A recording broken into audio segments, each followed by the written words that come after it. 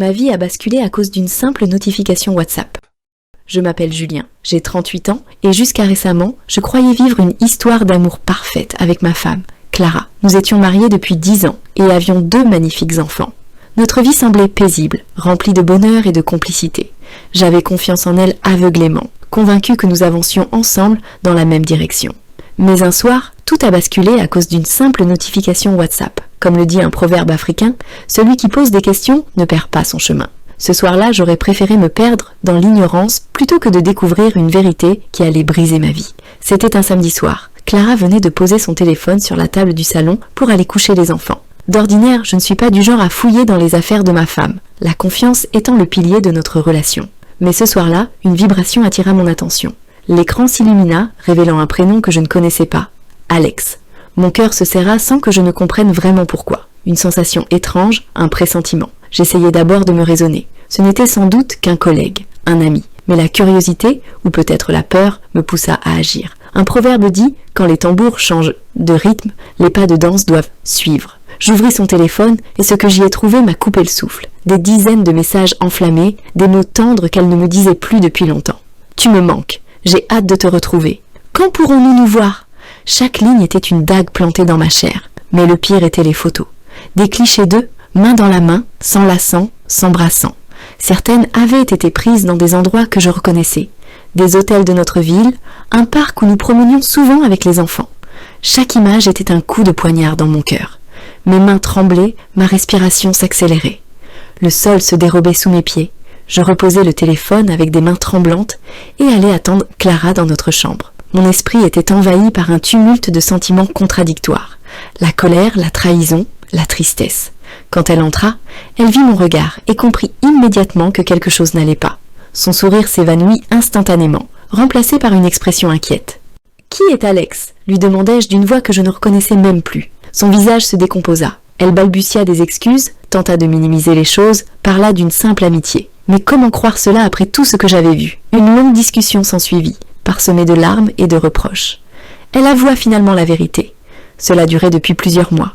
Une relation qu'elle n'avait pas cherchée, disait-elle, mais qui s'était imposée à elle. Elle se sentait délaissée, incomprise. Ces mots me frappaient, de plein fouet. Je réalisais que, quelque part, j'avais peut-être ma part de responsabilité.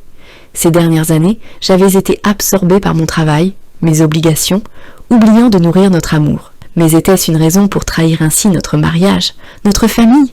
Un dicton africain dit « Quand la case brûle, ne chasse pas les oiseaux. Occupe-toi d'éteindre le feu. » Mais que pouvais-je éteindre alors que tout s'était déjà consumé ? Je passais la nuit sur le canapé, incapable de fermer l'œil. Les images tournaient en boucle dans mon esprit. Nos souvenirs communs se mêlaient à ces scènes insoutenables, brisant un à un les fondements de ma réalité.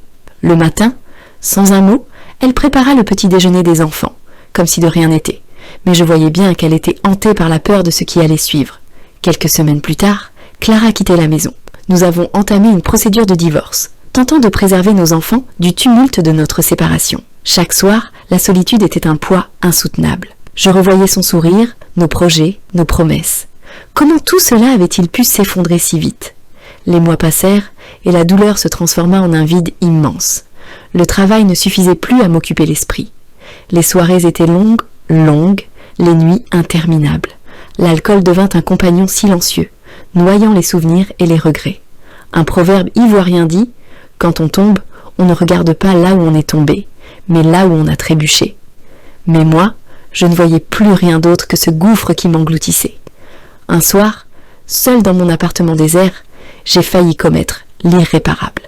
Le silence était devenu trop pesant, la douleur trop insupportable. J'ai regardé cette boîte de somnifères posée sur la table et j'ai hésité. Mais une pensée m'a traversée. Mes enfants. Eux n'avaient rien demandé à cette histoire. Ils avaient encore besoin de moi. J'ai reposé la boîte en pleurant comme un enfant. Un matin, alors que je faisais mes courses dans un supermarché, perdu dans mes pensées, je percutais quelqu'un dans une allée. Je relevai la tête et croisai un sourire chaleureux. C'était Sonia, une ancienne collègue que je n'avais pas vue depuis des années. Elle me regarda avec bienveillance et me demanda comment j'allais. Pour la première fois depuis des mois, je sentis quelque chose de différent. Un petit rayon de lumière dans mon obscurité. Un proverbe béninois dit « Même au fond du puits, on peut voir les étoiles ».